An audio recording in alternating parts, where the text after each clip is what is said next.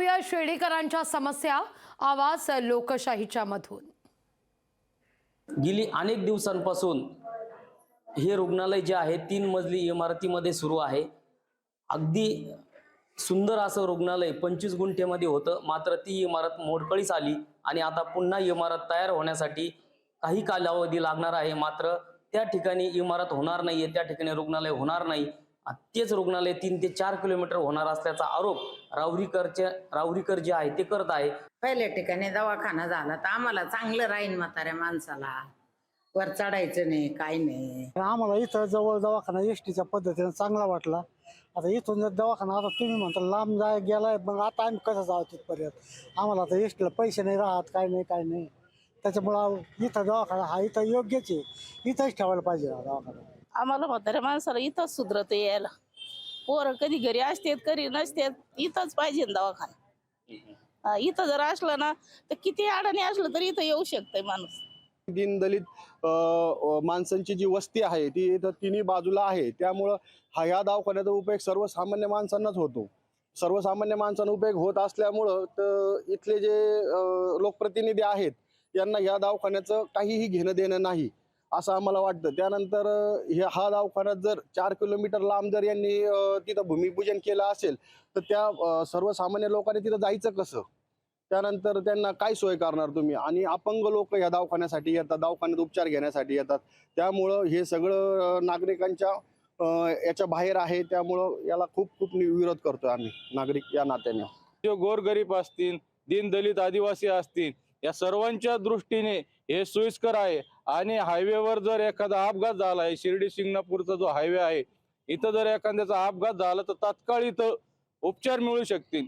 इथं मोठमोठे नेते असताना एकही नेता या गोष्टीवर बोलत नाही, त्यामुळं या गोष्टीचा आम्ही निषेध करतो। सदर ग्रामीण रुग्णालयासाठी शासनाकडून 3 वेळेस निधी मंजूर झालेला आहे। याचं रेखांकन झालं, याची मंजुरी झाली। ह्या प्रकरणामध्ये दोषी कोण आहे? 3 वेळेस निधी येऊन जो निधी परत जातो, येथील सर्वसामान्य जनतेचं कोणालाही घेणं देणं राहिलेलं नाही।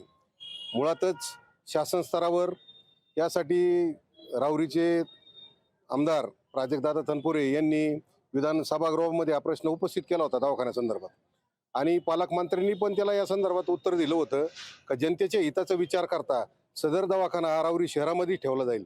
परंतु या भूमिपूजनामुळं या तालुक्यातील जनतेमध्ये संभ्रम निर्माण झालेला आहे, कारण हे रुग्णालय सर्वसामान्य गोरगरीब जनतेच्या हिताचं आहे आणि सर्वसामान्य जनतेला दळणवळणाच्या दृष्टीने, औषधोपचाराच्या दृष्टीने तत्कालीन इथं मदत मिळू शकते।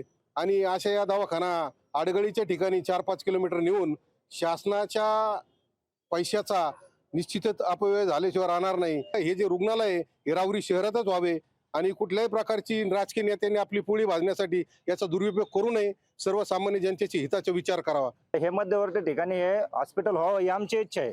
आणि हे कसे हे दोन्ही नेते ज्यांनी उद्घाटन केलं, हे दोन्ही नेते बाहेरचे, यांना इथल्या लोकांचं काही देणं घेणं नाही। यांना कोणत्याही प्रकारचं इथं लोकांबद्दल प्रेम नाही, काय नाही, आस्था नाही, काय नाही। त्याच्यामुळे आमची एक प्रामाणिक इच्छा आहे की हॉस्पिटल हे आहे त्या ठिकाणीच झालं पाहिजे। या राहुरी ग्रामीण रुग्णालयाचा इतिहास असा आहे की 17 गुंठ्याची या ठिकाणी ग्रामपंचायतनी सदर मालकाकडून खरेदी करून घेतलेली आहे रीतसर। आणि जे काही बक्षीस पत्र आहे 9 गुंठ्याचं, तेवढाच बक्षीस पत्राचा विषय आहे। तर या जागेवरच अद्ययावत ग्रामीण रुग्णालय हो असे संपूर्ण राहुरी शहराची भूमिका आहे।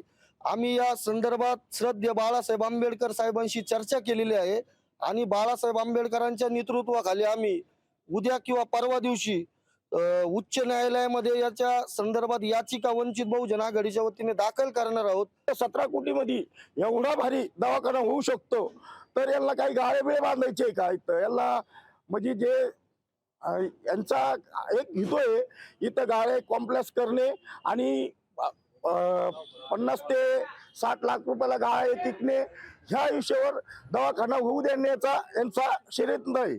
तर ह्यो दवाखाना आहे ह्या ठिकाणीच झाला पाहिजे, तर माझा जाहीर निषेध आहे।